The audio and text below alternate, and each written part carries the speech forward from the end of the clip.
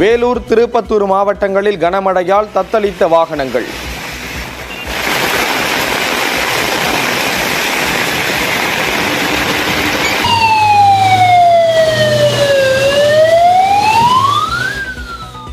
கடலூர், பெரம்பலூர், தஞ்சையிலும் பலத்த மழை. புதுக்கோட்டை, திருச்சியில் வீடுகளுக்குள் தண்ணீர் புகுந்ததால் அவதிக்குள்ளான மக்கள்.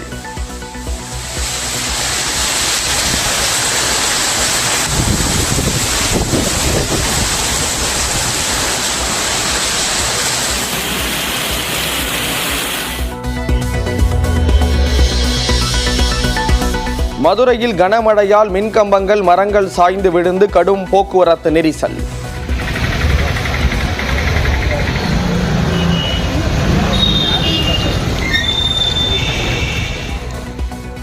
தூத்துக்குடி, காரைக்கால் மாவட்டங்களிலும் வெளுத்து வாங்கிய கனமழை.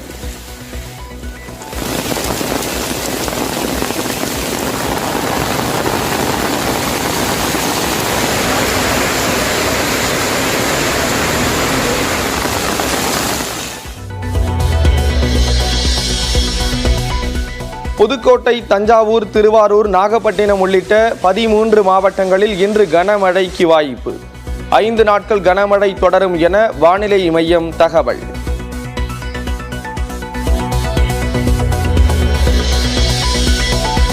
தேவைப்பட்டால் இஸ்ரேல் மீது மீண்டும் தாக்குதல் என ஈரான் தலைவர் அயத்துல்லா காமேனி எச்சரிக்கை. இஸ்ரேல் மீதான தாக்குதல் குறைந்தபட்ச தண்டனைதான் என்று கூறியதால் மீண்டும் தாக்குதல் அபாயம்.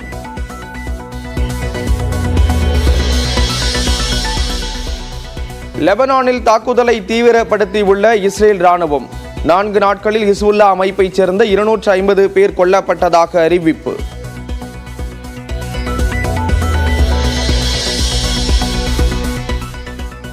பாடகி பி. சுசீலாவிற்கு கலைஞர் நினைவு கலைத்துறை வித்தகர் விருது வழங்கி கௌரவித்த முதலமைச்சர் மு.க. ஸ்டாலின்.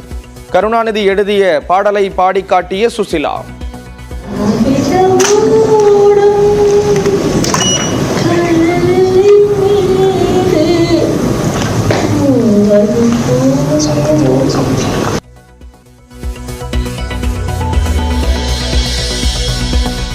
சனாதனத்தை அழிப்பவர்கள் அழிந்து போவார்கள் என உதயநிதியை சாடிய ஆந்திர துணை முதல்வர் Pawan Kalyan.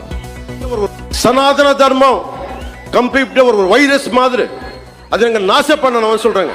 Whoever said this, let me tell you sir, you cannot wipe out Sanatana Dharma. பொறுத்திருந்து பாருங்கள் என உதயநிதி பதில். Kalyan said Sanatana Dharma cannot be wiped out. Those who said will be wiped out. Okay, let's wait and see. Let's wait and see. Thank you. தனது பேச்சால் தமிழிசை மனம் புண்பட்டிருந்தால் வருத்தம் தெரிவிப்பதாக திருமாவளவன் பேட்டி. தரம் தாழ்ந்து எதுவும் பேசவில்லை என்றும் நியூஸ் 18 தமிழ்நாடு தொலைக்காட்சிக்கு விளக்கம். நீங்கள் எப்படியோ அப்படித்தான் நானும் என்று சொன்னேன். இதில் தரம் தாழ்ந்து பேசியதாக என்ன இருக்கிறது என்று எனக்கு புரியவில்லை. இந்த விமர்சனத்திற்காக நீங்கள் மன்னிப்பு கேட்க வேண்டும் அப்படிங்கிறது தான் அவருடைய கோரிக்கை. அதான் இது காயப்படுத்தி இருந்தால் வருந்துகிறேன்னு சொல்லிட்டேன்ல. அரசியலில் யதார்த்தமாக இருப்பதை விட எச்சரிக்கையுடன் களமாடுவது அவசியம் என தொண்டர்களுக்கு விஜய் அறிவுறுத்தல். அரசியல் என்றால் என்னவென்று தெரியுமா என்ற கேள்விக்கு தாவேக மாநாடு பதில் அளிக்கும் என விஜய் அறிக்கை.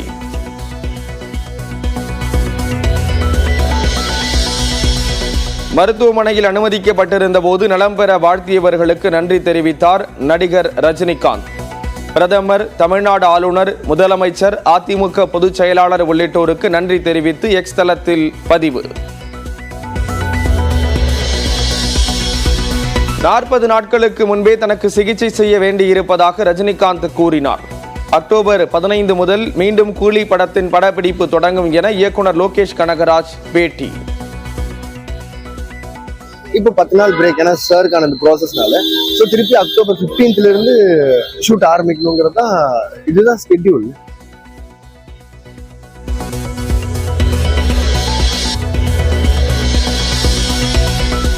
சத்தீஸ்கர் மாநிலத்தில் பாதுகாப்பு படையினர் நடத்திய என்கவுண்டரில் சுமார் 30 நக்சலைட்டுகள் சுட்டுக் கொலை.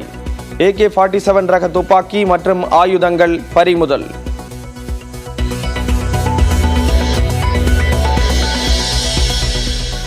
சென்னை மதுரவாயிலில் கல்லூரி மாணவர் மீது கொலைவெறி தாக்குதல் நடத்திய சக மாணவர்கள்.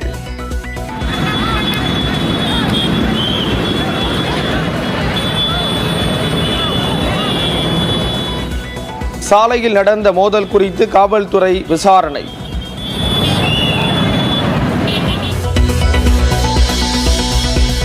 தாழ்த்தப்பட்டோர் மற்றும் பழங்குடியினருக்கான இடஒதுக்கீட்டில் அருந்ததியினருக்கு உள்ஒதுக்கீடு வழங்கியது செல்லும் என உச்சநீதிமன்றம் தீர்ப்பு. ஆகஸ்ட் மாதம் வழங்கிய தீர்ப்புக்கு எதிரான சீராய்வு மனுக்களை தள்ளுபடி செய்து உத்தரவு. ஆயுத பூஜை தொடர் விடுமுறையை ஒட்டி வரும் 9 மற்றும் 10ஆம் தேதிகளில் சென்னையிலிருந்து சிறப்பு பேருந்துகள் இயக்கப்படும். தமிழ்நாடு அரசு போக்குவரத்து கழகம் அறிவிப்பு. கரூர் அருகே ஆசிரியையிடம் மோசடி செய்து கார் வாங்கிய தவேக நிர்வாகி கொலை மிரட்டல் விடுத்ததால் கைது செய்து சிறையில் அடைத்த காவல்துறை. சென்னை மெரினா கடற்கரையில் நடைபெற்ற விமான சாகசத்தின் கடைசி ஒத்திகை.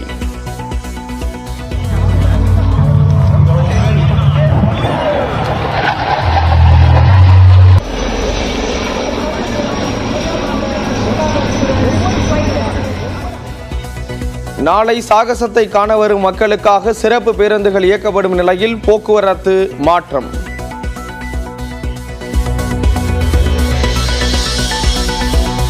துபாயில் மகளிர் T20 உலகக்கோப்பை தொடர் முதல் போட்டியிலேயே நியூசிலாந்திடம் தோல்வியை தழுவிய இந்திய அணி.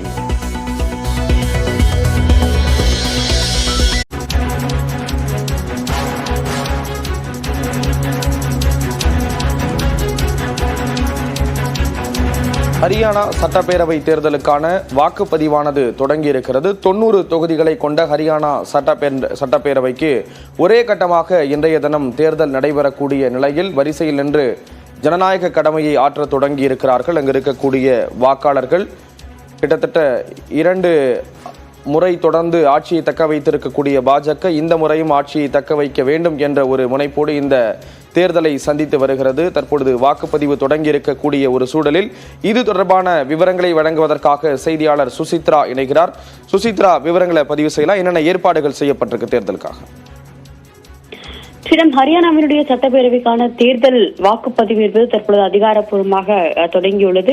மிக முக்கியமாக 90 தொகுதிகளுக்கான அந்த வாக்குப்பதிவு என்பது தற்பொழுது தொடங்கியிருக்கும் நிலையில் சுமார் 2 கோடி வாக்காளர்கள் இந்த தேர்தலில் வாக்களிக்க உள்ளது மிக முக்கியமாக பார்க்கப்படுகிறது. தேர்தல் ஆணையத்தின் சார்பாக பல்வேறு ஏற்பாடுகள், குறிப்பாக பெண்கள் மற்றும் இளம் வாக்காளர்களை கவருவதற்கான ஒரு புதிய ஏற்பாடுகளாக மாடல் போலிங் பூத்துகளையும் அவர்கள் அமைத்துள்ளது மிக முக்கியமாக பார்க்கப்படுகிறது. மாடல் போலிங் பூத்துகள் மட்டுமல்லாமல் பிங்க் போலிங் பூத்துகள் உள்ளிட்டவற்றையும் அவர்கள் அமைத்துள்ளார்கள். அவை மட்டுமல்லாமல் 65 வயதிற்கு மேற்பட்டவர்கள் வாக்குச்சாவடிகளுக்கு வரும்பொழுது அவர்களுக்கு தேவையான அந்த வீல் சேர் வசதி மற்றும் குடிநீர் வழங்குவதற்கான அந்த வசதிகளையும் தற்பொழுது தேர்தல் ஆணையமானது இந்த தேர்தலில் ஏற்பாடு செய்யப்பட்டுள்ளது. ஊரக பகுதியில் இருக்கும் வாக்குச்சாவடிகளிலும் அதிகபட்ச ஒரு பாதுகாப்பையும் தேர்தல் ஆணையமானது இந்த முறை பலப்படுத்துகிறது. எந்த ஒரு மத கலவரும் மத வன்முறையும் ஏற்படக்கூடாது என்ற ஒரு நோக்கில் இந்த ஒரு பாதுகாப்பு ஏற்பாடு செய்யப்பட்டதாக தேர்தல் ஆணையத்தின் சார்பாக கூறப்பட்டது. ஒட்டுமொத்தமாக 1031 இந்த தேர்தல் கேண்டிடேட்டுகள் இந்த தேர்தல் போட்டியிடுவது முக்கியமாக பார்க்கப்படுகிறது. இது மட்டுமல்லாமல் காலை 7 மணி முதல் மாலை 6 மணி வரை இந்த தேர்தல் வாக்குப்பதிவு என்பது நடைபெறுவதன் காரணமாக சுமார் 20,632 வாக்குச்சாவடிகள் ஏற்படுத்தப்பட்டு அதனுடைய பாதுகாப்பு ஏற்பாடுகளையும் தேர்தல் ஆணையமான தீவிரமாக கண்காணிக்கப்பட்டுள்ளது. மத்திய ரிசர்வ் படை மட்டுமல்லாமல் ஹரியானா மாநிலத்துடைய காவல்துறை அதிகாரிகளுடன் இணைந்து இந்த ரோந்து பணிகள் உள்ளிட்ட பல்வேறு பணிகளில் தேர்தல் ஆணையமானது ஈடுபட்டுள்ளது. எந்த ஒரு தவறான செயல்களும் நடைபெறக்கூடாது. குறிப்பாக போதைப் பொருட்கள் கடத்தல் மற்றும் பணப்பட்டுவாடா உள்ளிட்ட பொருட்களை தடை செய்வதற்கான ஒரு பல்வேறு விரைவு படைகளையும் ஏற்பாடு செய்து அதனுடைய கண்காணிப்பையும் தேர்தல் ஆணையமானது கடந்த 2 வாரங்களுக்கு மேலாகவே தீவிரப்படுத்தியிருந்தது. இன்று அதிகாரப்பூர்வ வாக்குப்பதிவு என்பது தொடங்கியிருப்பதன் காரணமாக ட்ரோன் மூலம் கண்காணிப்பு மற்றும் சிசிடிவி கேமராக்கள் மூலமாக கண்காணிப்பு என பல்வேறு பாதுகாப்பு பணிகளையும் தேர்தல் ஆணையமானது தீவிரப்படுத்தியுள்ளது முக்கியமாக பார்க்கப்படுகிறது. பதற்றமான வாக்குச்சாவடிகளாக கருதப்படும் அந்த கர்னல், சோனிபட் உள்ளிட்ட பகுதியில் இருக்கும் சுமார் 30 வாக்குச்சாவடிகளுக்கு 4 கட்ட பாதுகாப்பு என்பது பலப்படுத்தப்பட்டுள்ளதாகவும் தேர்தல் ஆணையத்துடைய அதிகாரிகள் தெரிவித்துள்ளார்கள். ஸ்ரீராம், விரிவான தகவல்களை கொடுத்தீங்க. நன்றி சுசித்ரா விவரங்களுக்கு. தூத்துக்குடி புத்தக திருவிழாவில் நியூஸ் 18 தமிழ்நாடு தொலைக்காட்சி சார்பில் அறம் பேசு என்ற கருத்தரங்க நிகழ்ச்சி இன்று நடைபெறவுள்ளது. தூத்துக்குடியில் 5வது புத்தக திருவிழா மாவட்ட நிர்வாகம் சார்பில் தொடங்கியுள்ளது. இதனை அமைச்சர்கள் தங்கம் தென்னரசு, கீதா ஜீவன் மற்றும் MP கனிமொழி ஆகியோர் தொடங்கி வைத்தனர். சந்திரப்பேரி பகுதியில் நடைபெறும் புத்தக கண்காட்சி வருகின்ற 13ஆம் தேதி வரை நடைபெறவுள்ளது. இந்த நிலையில் புத்தக திருவிழாவில் நியூஸ் 18 தமிழ்நாடு தொலைக்காட்சி சார்பில் அறம் பேசு என்ற கருத்தரங்கு நிகழ்ச்சி இன்று மாலை 6 மணிக்கு நடைபெறவுள்ளது. இன்றைய இளைஞர்களிடம் விஞ்சி நிற்க வேண்டியது சமூக பார்வையா அல்லது தனிமனித வளர்ச்சியா என்ற தலைப்பில் நடைபெறும் இந்த கருத்தரங்கை நியூஸ் 18 தமிழ்நாடு ஆசிரியர் கார்த்திகை செல்வன் நெறி ஆளுகை செய்கிறார். இன்றைய இளைஞர்களிடம் விஞ்சி நிற்க வேண்டியது சமூக பார்வையே என்ற தலைப்பில் ஆளி செந்தில்நாதனும் ஆனந்தம் செல்வகுமாரும் உரையாற்ற உள்ளனர். தனிமனித வளர்ச்சி என்ற தலைப்பில் ஓய்வு பெற்ற IAS அதிகாரி பாலச்சந்திரனும் இந்திரகுமார் தேரடி ஆகியோரும் பேச உள்ளனர். தூத்துக்குடியில் புத்தக திருவிழாவின் 2ஆம் நாளில் பல்வேறு கலை நிகழ்ச்சிகள் நடைபெற்றன. தூத்துக்குடி சந்திரப்பேரி பகுதியில் வரக்கூடிய 13ஆம் தேதி வரை புத்தக கண்காட்சி நடைபெறவுள்ளது. புத்தக திருவிழாவின் 2ஆம் நாளான நேற்று மாணவர்களின் பல்வேறு கலை நிகழ்ச்சிகளுக்கு ஏற்பாடு செய்யப்பட்டிருந்தது. இதில் நாடாளுமன்ற உறுப்பினர்கள் கனிமொழி, ரவிக்குமார், நியூஸ் 18 தமிழ்நாடு தொலைக்காட்சி ஆசிரியர் கார்த்திகை செல்வன் உள்ளிட்டோர் பங்கேற்றனர். புத்தக திருவிழாவில் ஏராளமானோர் ஆர்வத்துடன் புத்தகத்தை வாங்கிச் செல்வது குறிப்பிடத்தக்கது. சனாதனத்தை அழிப்பேன் என்று கூறுபவர்கள் அழிந்து போவார்கள் என்ற ஆந்திர துணை முதலமைச்சர் பவன் கல்யாணின் கருத்திற்கு பொறுத்திருந்து பார்ப்போம் என்று தமிழ்நாடு துணை முதலமைச்சர் உதயநிதி ஸ்டாலின் பதிலடி கொடுத்துள்ளார். சனாதன தர்மம் கம்ப்ளீட்டா ஒரு வைரஸ் மாதிரி அதை எங்க நாசம் பண்ணணும் சொல்றாங்க. இது ஞாபகம் வச்சுக்கோங்க. Whoever said this, let me tell you, sir, you cannot wipe out Sanatana Dharma. If anyone tries to wipe out Sanatana Dharma, let me tell you, from the feet of Lord Balaji, you will be wiped out. Pavan Kalyan said Sanatana Dharma cannot be wiped out. Those who said will be wiped out. Okay, let's wait and see. மதுவிலக்கு மாநாட்டில் திருமாவளவன் தரம் தாழ்ந்து பேசியதாக தமிழிசை சவுந்தரராஜன் விமர்சித்த நிலையில் தரம் தாழ்ந்து பேசவில்லை என்று விடுதலை சிறுத்தைகள் கட்சியின் தலைவர் திருமாவளவன் விளக்கம் அளித்துள்ளார். நியூஸ் 18 தமிழ்நாடு தொலைக்காட்சிக்கு பிரத்யேக பேட்டியளித்த அவர் தனது பேச்சால் தமிழிசை சவுந்தரராஜனின் மனம் புண்பட்டிருந்தால் வருந்துவதாக தெரிவித்துள்ளார். குற்ற உணர்வு என்று எதை சொல்கிறார்? அதற்கு அவர் விளக்கம் சொன்னால் நான் மீண்டும் விளக்கம் சொல்ல தயாராக இருக்கிறேன். அவருக்கு ஏதோ முரண்பாடு, குற்ற உணர்வு, அதனால் போய்விட்டார் என்று சொல்லுகிற போது பொதுமக்கள் என்னவாக அதை புரிந்து கொள்வார்கள்? அதனால் தான் நான் சொன்னேன், உங்களைப் போல் தான் நானும் என்று சொன்னேன். இதில் என்ன தரம் தாழ்ந்து பேசியிருக்கிறேன்? நீங்கள் குடிக்க மாட்டீர்கள், நானும் குடிக்க மாட்டேன், அவ்வளவுதான் நான் சொன்னேன். இதில் தரம் தாழ்ந்து பேசியதாக என்ன இருக்கிறது என்று எனக்கு தெரியவில்லை. இது அவரை காயப்படுத்தியிருந்தால் அதற்காக வருந்துகிறேன்.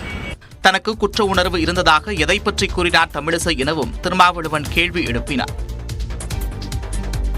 வடகிழக்கு பருவமழை முன்னெச்சரிக்கை நடவடிக்கை தொடர்பாக துணை முதலமைச்சர் உதயநிதி ஸ்டாலின் ஆய்வு நடத்தினார்.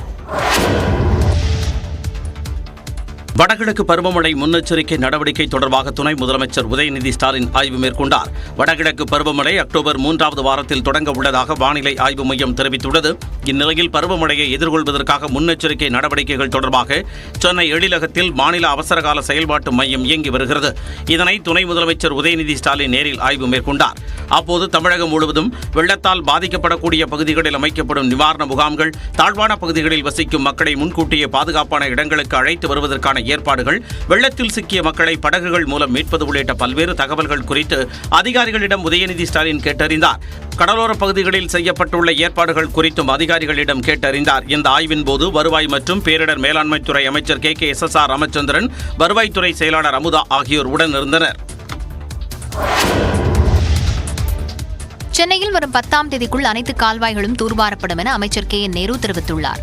வடகிழக்கு பருவமழையை முன்னிட்டு நகராட்சி நிர்வாகம் மற்றும் குடிநீர் வழங்கல் துறை சார்பில் சென்னையில் கொசு ஒழிப்பு பணிக்காக 100 புகை பரப்பும் இயந்திரங்களை களப்பணியாளர்களுக்கு வழங்கும் நிகழ்ச்சி ரிப்பன் மாளிகையில் நடைபெற்றது. இதில் அமைச்சர் KN நேரு, மேயர் பிரியா, மாநகராட்சி ஆணையர் குமரகுருவரன் உள்ளிட்டவர்கள் கலந்து கொண்டனர். நிகழ்ச்சிக்கு பிறகு செய்தியாளர்களிடம் பேசிய அமைச்சர் KN நேரு வடகிழக்கு பருவமழையை எதிர்கொள்ள தயார் நிலையில் இருப்பதாக கூறினார்.